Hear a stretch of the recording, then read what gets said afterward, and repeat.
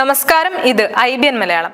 Alappuzha Harippad railway ട്രാക്കിൽ ആത്മഹത്യക്ക് ശ്രമിച്ച യുവാവിനെ സാഹസികമായി രക്ഷിച്ച് പോലീസ് ഉദ്യോഗസ്ഥൻ. ഹരിപ്പാട് സ്റ്റേഷനിലെ സിവിൽ പോലീസ് ഓഫീസർ നിഷാദാണ് യുവാവിനെ രക്ഷിച്ചത്. യുവാവിനെ രക്ഷിക്കുന്നതിനിടയിൽ നിഷാദിന്റെ കാലിന് പരിക്കേറ്റു. മാർച്ച് 5 രാവിലെ 6 മണി ഹരിപ്പാട് പോലീസ് സ്റ്റേഷനിലെ സിവിൽ പോലീസ് ഓഫീസർ നിഷാദിനെ പുതിയ ദൗത്യം തേടിയെത്തി.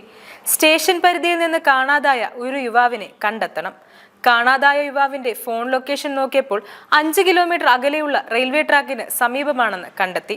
തുടർച്ചയായ പരിശോധനയിൽ ലൊക്കേഷനിൽ മാറ്റമില്ലാതെ തുടർന്നു.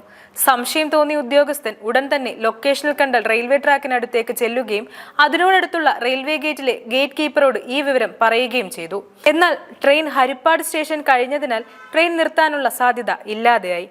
പിന്നെ നടന്ന തിരച്ചിലിൽ ദൂരെ ട്രാക്കിന്റെ നടുക്ക് ഒരു യുവാവ് നിൽക്കുന്നത് ശ്രദ്ധയിൽപ്പെട്ടു.